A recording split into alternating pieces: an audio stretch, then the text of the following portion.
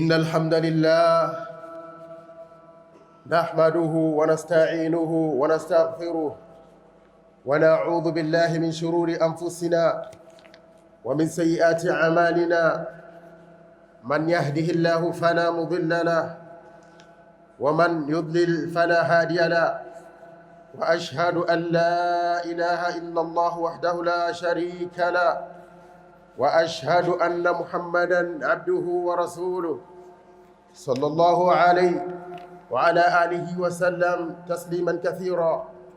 يا أيها الذين آمنوا اتقوا الله حق تقاته ولا تموتن إلا وأنتم مسلمون.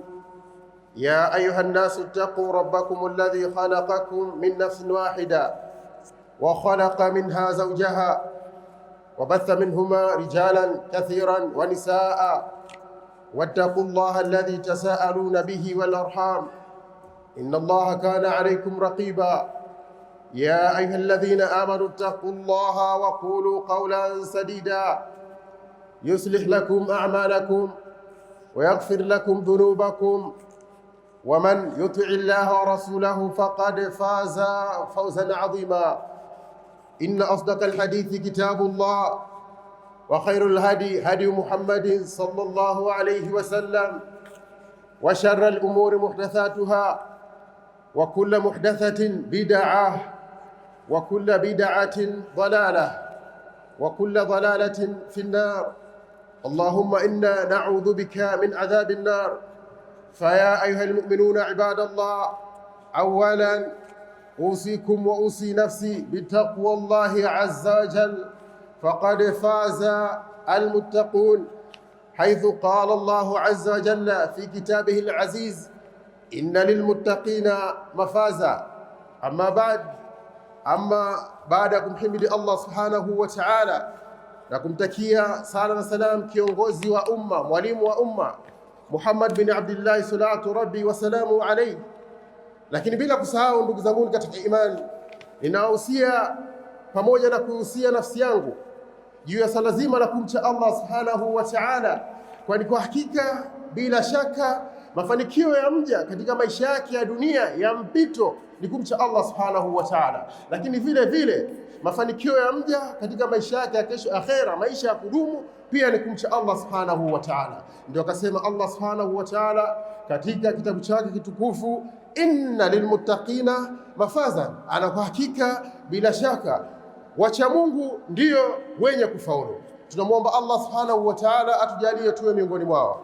Ama anwani ya khutba yetu ya leo, Allah subhanahu wa ta'ala akitujalia, akituwafikisha, inakwenda kwa kichwa cha habari fadhail al-ashhuri al-hurum, fadhila katika miezi mitakatifu.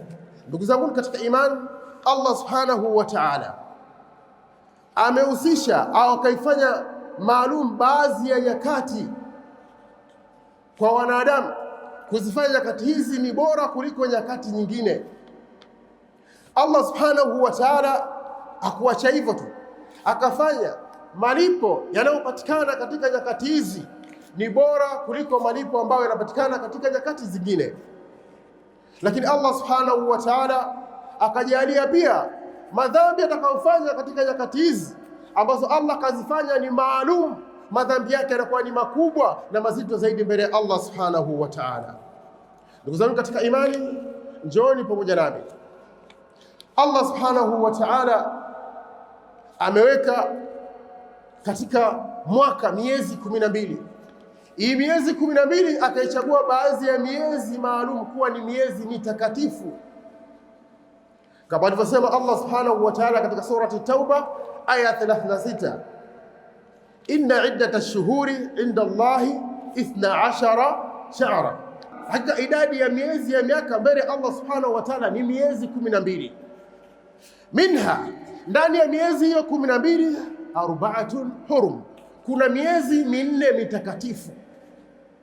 Yauma khalaqa Allahu samawati wal ardh, tangu Allah alipoumba mbingu na ardhi.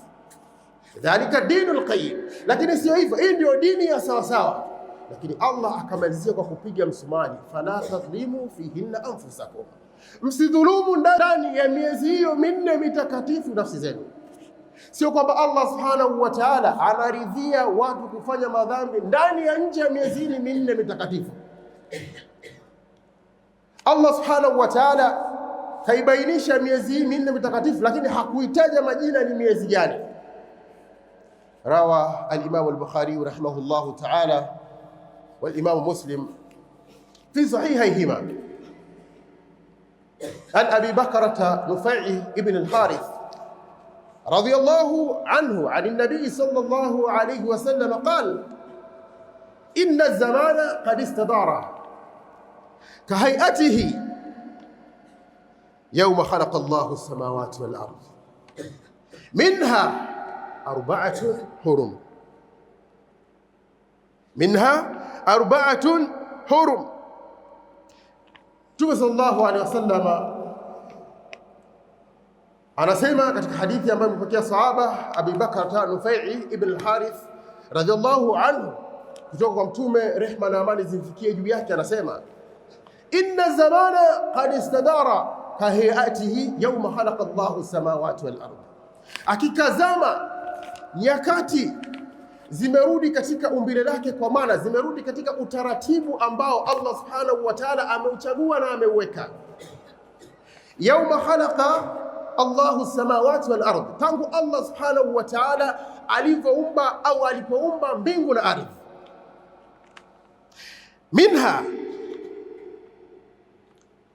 tangu Allah subhanahu wa ta'ala alipoumba mbingu na ardhi, Mtume akabainisha akasema, asanatu, mwaka kama mwaka, 12 shahran, una miezi 12.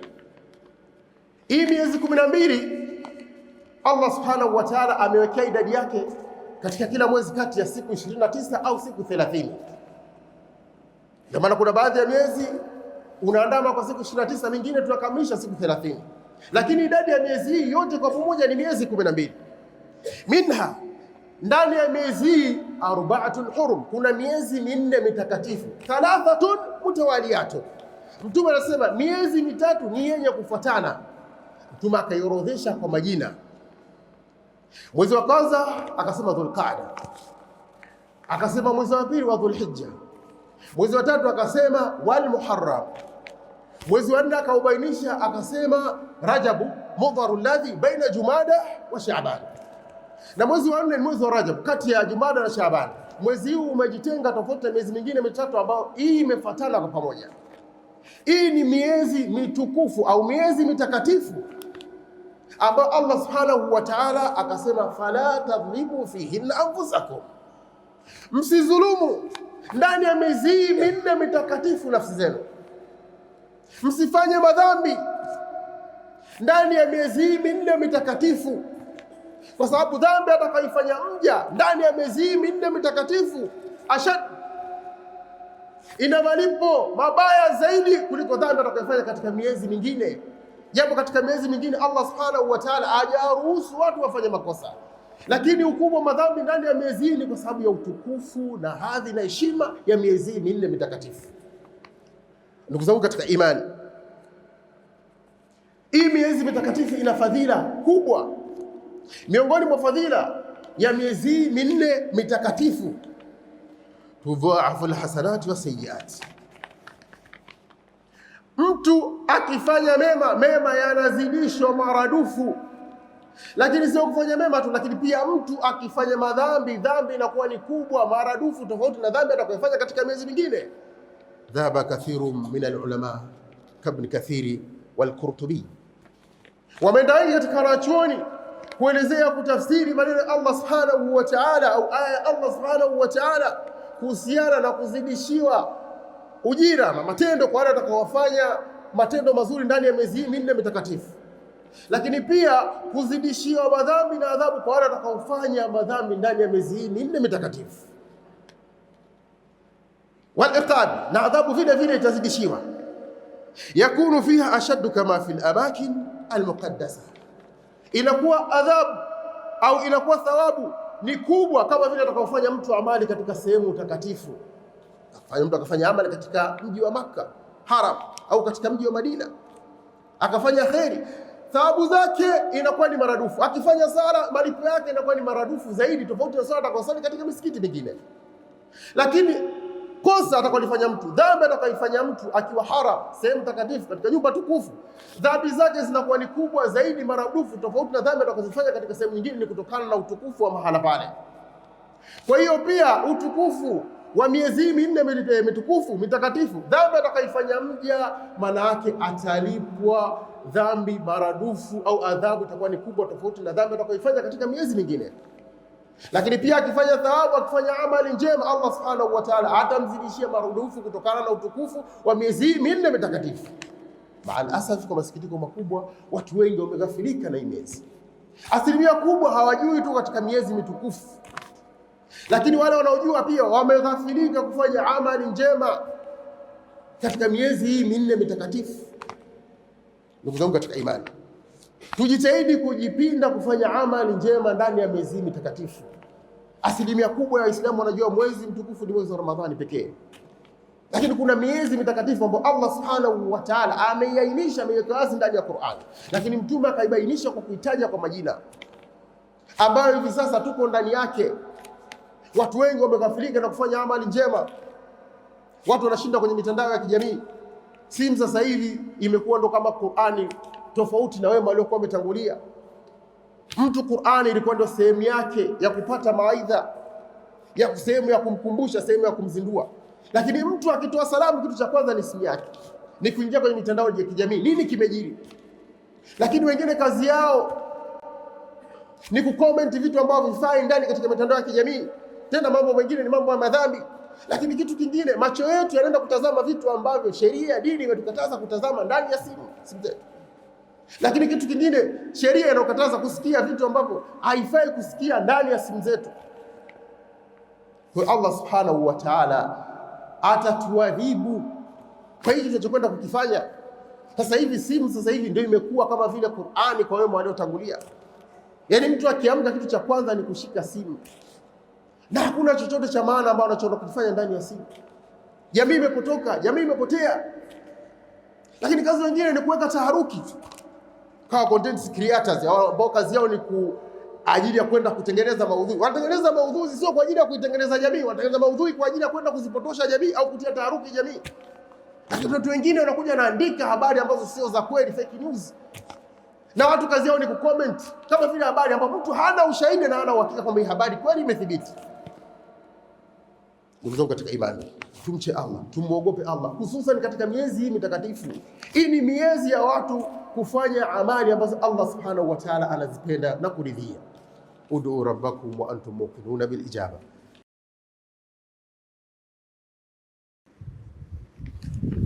Alhamdulillah alladhi hadana lihadha wama kunna linahtadiya laula an hadana Allah. Ibadallah, usikum maratan thaniya bitaqwa Allah azza wa jalla faqad faza almuttaqun. Ndugu zangu, katika miongoni mwa fadhila za miezi minne mitukufu, tahrimu alqital fi. Allah subhanahu wa ta'ala ameharamisha vita kupigana ndani ya miezi mitukufu. Kana Muhammad Salih ibn Uthaymeen rahimahullah ta'ala, Muhammad Salih ibn Uthaymeen Allah marehemu, anasema sababu na hikma Allah subhanahu wa ta'ala kukataza vita ndani ya miezi minne mitukufu ili waja wake wafanye ibada za umra na hija kwa utulivu na amani.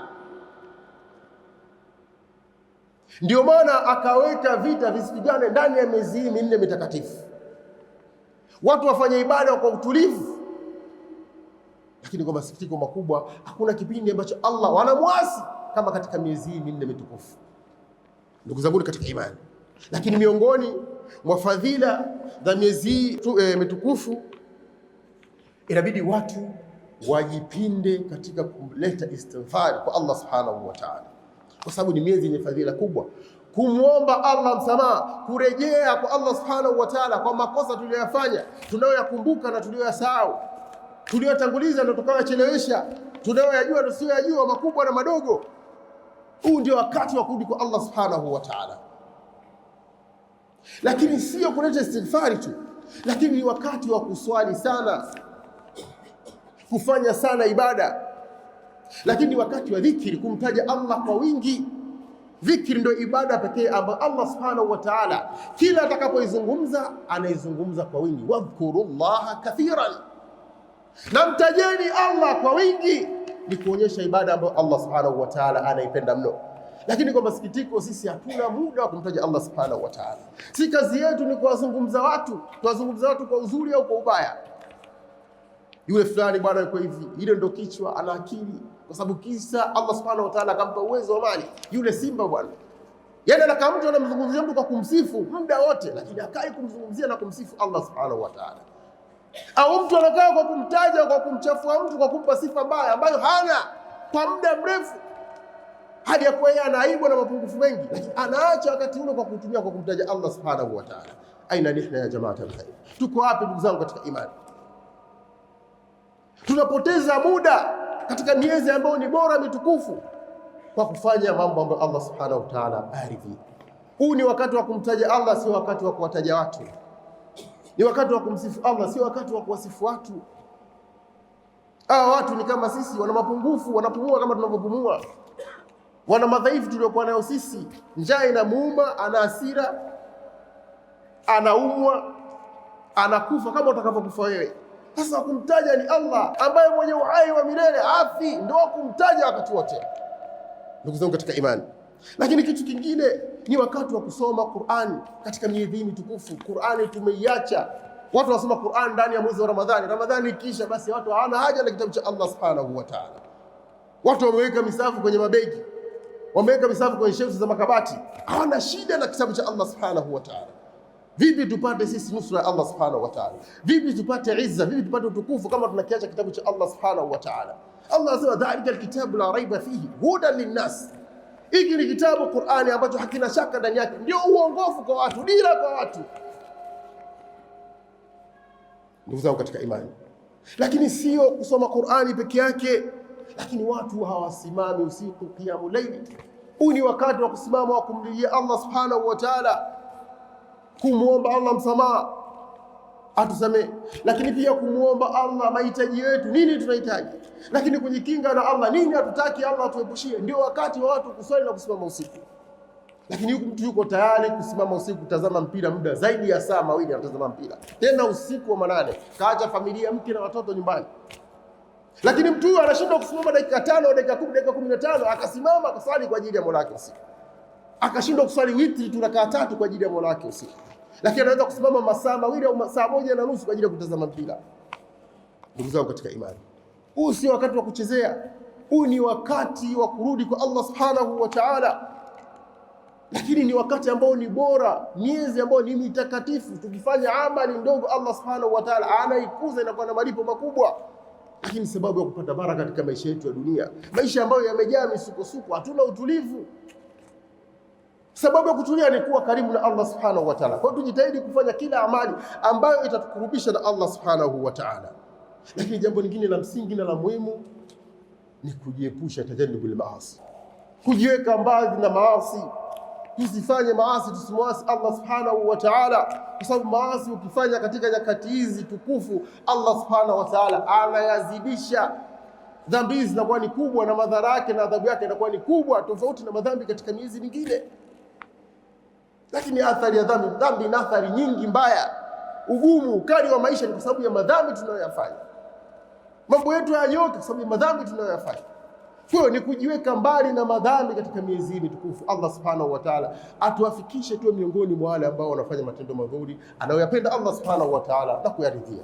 Allahumma salli ala Muhammadin wa ala ali Muhammad كما صليت على إبراهيم وعلى آل إبراهيم إنك حميد مجيد وبارك على محمد وعلى آل محمد كما باركت على إبراهيم وعلى آل إبراهيم إنك حميد مجيد. اللهم ربنا آتنا في الدنيا حسنة وفي الآخرة حسنة وقنا عذاب النار.